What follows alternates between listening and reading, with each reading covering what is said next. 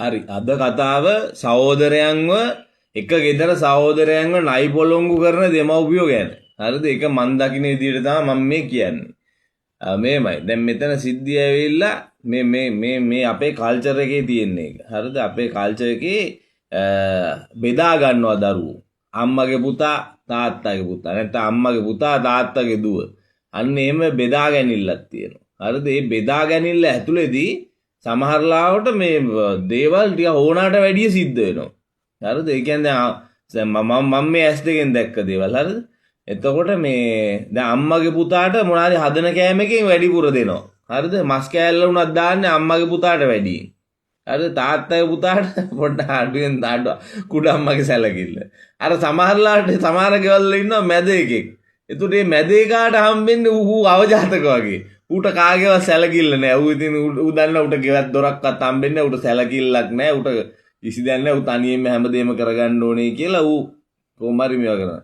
හැබැයි තව සිද්ධියක් මම දැකලා තියෙනවා. ඔය අතරේ මේ දැන් ඔය අම්මගේ පුතා තාත්තගේ පුතාලා වෙන් කරලා බෙදාගෙන හදාගත්තට ඇත්තටම මේ ඔය එකෙක්වත් දෙමව්පියන්ට ආදරයක් කරුණාවක් නැහැ.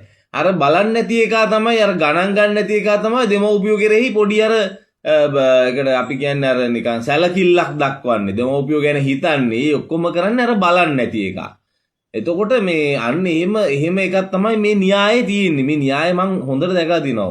ඕගොල්ලොත් මේ මම මේ කියන ඒවා විශ්වාස කරනවට වැඩිය ඕගොල්ලෝ ටිකක් කල්පනා කරලා බලන්න සමහර ගෙවල් වල ඕගොල්ලන්ගේ ගෙවල් වල ඕගොල්ලෝ පණ අරගෙන කරනවා. ඒ උනාට වැඩක් නැහැ. ඕගොල්ලන් ගණන් ගන්න. අර හැම එලේම කුපාඩි වැඩ කරලා දෙමව්පියන්ට මොන හරිම කරදරයක් කරුමයක් කරන උන් තමයි දරුවෝ. හරිද? අන්න එහෙම එකක් තියෙනවා මෙතන. ඉතින් ඔන්න ඔය විදිහට තමයි මම ඕක දකින්නේ. ඉතින් අර එතනදී දුෂ්ටෝ කරගන්නේ දෙමව්පියෝ දුෂ්ටෝ කරගන්නවනේ දරුවන්ව. කියන්නේ මේ දරුවන්ව.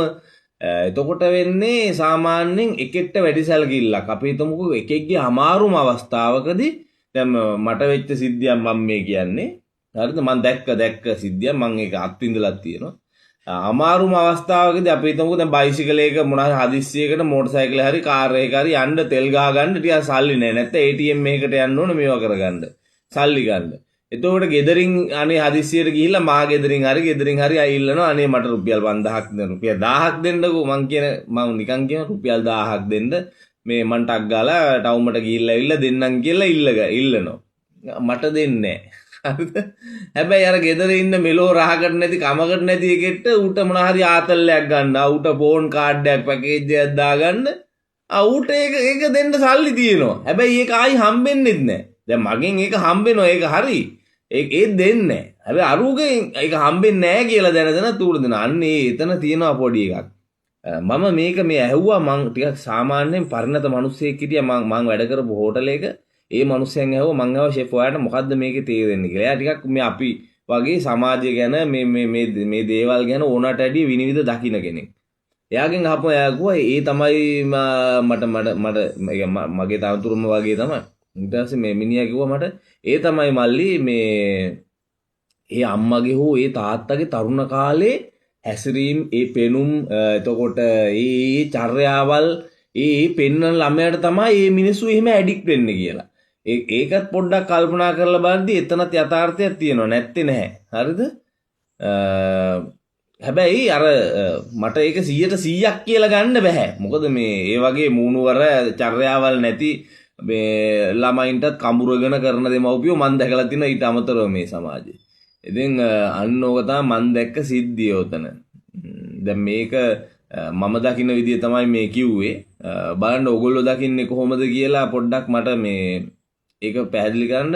මගේ අතින් කියවුන් නැත්තම් මට මතක හිටියට අර දුෂ්ටෝ වෙන විදිය කියවන්න මට ඒක හරියට කියන්න බැරුව. ඒ දුෂ්ටෝ වෙන්නේ අර සිද්ධියෙන්. ඒ කියන්නේ දැන් එතකොට බලන්න යකෝ මෙච්චර කරන මට මේ මුම් මේ මාව ගණන් ගන්න පස්ස පැත්තටවත් මේ මෙලෝ රහකට නැති කමකට නැති එකාටනේ මුම් මේ පණ අරගෙන මැරීගෙන කරන්න එක. ඊට පස්සේ ඒ අර හොඳ හිත තියෙන එක සාමාන්‍ය හොඳ හිත තියෙන මිනිස්සු එමනේ හොඳ හිත තියෙන මිනිස්සුන්ට තරහ ගියාම ඒ මිනිස්සු මොන හරි දෙයක් අතෑරපුවම අතෑරියම තමයි මලගේකටවත් යන්නේ නැහැ. අත්දැකීමෙන් මම මේ කියන්නේ. හරිද? ඉතින් අන්න ඊට පස්සේ ඔන්න දුෂ්ටයා වෙනවා මේ මිනිස්සයා. ඊට පස්සේ දැන් අරුන් එකෙක්වත් බලන්නේ නැහැ. ඊට පස්සේ සමාජයෙන් ගල් ගහන්නෙත් මුන් දෙමව්පියන්ට බලන්නේ මූට ඔච්චර සල්ලි තියෙනවා මූට අරවා තියෙනවා මේවා තියෙනවා හැබැයි ඒ අහන්නේ ඒවා කොහොමද ගොඩනගා ගත්තේ ඒවා කොහොමද හදාගත්තේ තනියෙන් කොහොමද ওই දේවල් කරගත්තේ මිනිසෙට ඕක කරන්න පුළුවන්ද කාගෙන්වත් අවහරණක් නැතුව ඒවා කවුරුත් අහන්නේ ගල කෙලින්ම ගහන්නේ මූ දෙමව්පියන්ට සලකන්නේ ඕක තමයි අපේ මේ තියෙන සංස්කෘතියේ තියෙන බලුකම ඒක කවදාවත් කිසිම තැනක උගන්වන්නේ නැහැ මේ දරුවෙක්ව හරියට හදලා එළියට දාන්න ඕනේ දරුවන්ට යුතුයකම් කරන්න ඕනේ කියලා මුන් කියන්නෙම දෙමව්පියන්ටම කරන්න ඕනේ කියලා දෙමව්පියන්ට එහෙම කරන්න එහෙම න්‍යායක් නැහැ දෙමව්පියෝ මොකද මේ අපි කියලාද කියන්නේ මේ ඔයගොල්ලෝ තැම්පත් කරලා ඉවරලා අපි මේ ලෝකෙට ගේන්න කියලා එහෙම කරන්නේ නැහනේ අපි දරුවෙක් ගේනවා නම් මේ ලෝකෙට ඒ දරුවගේ සියලු යුතුයකම් ඒ දරුවෙක් අපි මැරෙනකන් හරිද අපි මැරෙනකන් ඒ දරුවගේ සියලු යුතුයකම් අපේ සතු කරගන්න අපි දැනගන්න ඕනේ. එහෙම කරන්න බැරි නම් ඔය අමාරුවට දරුවෝ හදන්න නැතුව කොන්ඩම් එකක් හරි කියන්නේ මේ උපත් පාලන කොපුවක් හරි අර මේ මිඩ්වයිෆ්ලා ඉන්නවනේ හතර වටේම හැම ගමකටම මං හිතා 2-3 දෙනෙක් විතර ඉන්නවා. ඒ වගේ මොන හරි උපත් පාලන ක්‍රමයක් පාවිච්චි කරන්න ඕනේ. මේ මොකද එහෙම හදන්නම් වාලේ මූණවල් බලන්න දරුවෝ හදලා වැඩක් නැහැ. හරිද මේ ලෝකෙට ಜಾතිය බෝ කරන්න ඕනේ. මේ තව එනවා මට කටට අනවශ්‍ය දේවලුත්. ඉතින් ඔන්න ඕක තමයි මන් දකින්න ඇත්ත. හරිද මේකේ වැරදි දේවල් කියුණා නම් මට සමාවෙන්න මේ ඒ වුණත් ඉතින් මේක මේ මන් දකින්න දේ මට කියන්න ඕනේ. මට බොරු කියන්න බෑ. මම ඒකට කැමතිත් නෑ බොරු කියන්න. හරිද?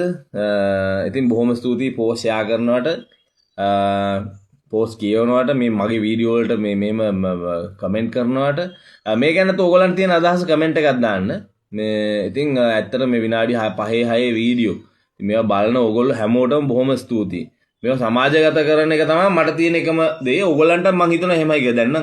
දැන් හැබැයි ඒක ගානට වෙනවා. නියමට වේගන යනවා. මිනිස්සු මේ සැහෙන්න මට කතා කරනවා. හරිද? මේ ඒ කියන්නේ වැඩි යනවා. යන්න ඒක තමයි මට වෙන්න වෙන්න කිසිම දෙයක් නෙමෙයි වෙන්න ඕනේ අන්න ඒක.